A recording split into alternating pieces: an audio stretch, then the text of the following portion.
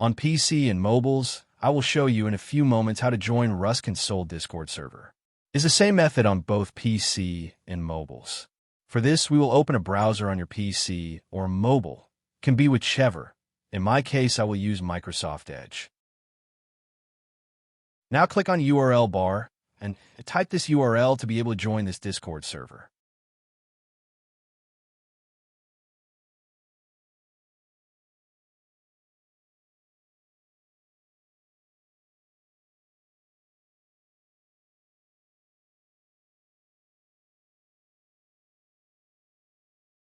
Doing this will automatically start your Discord application if you have it installed. Then click Join, and you'll have access to the Discord server.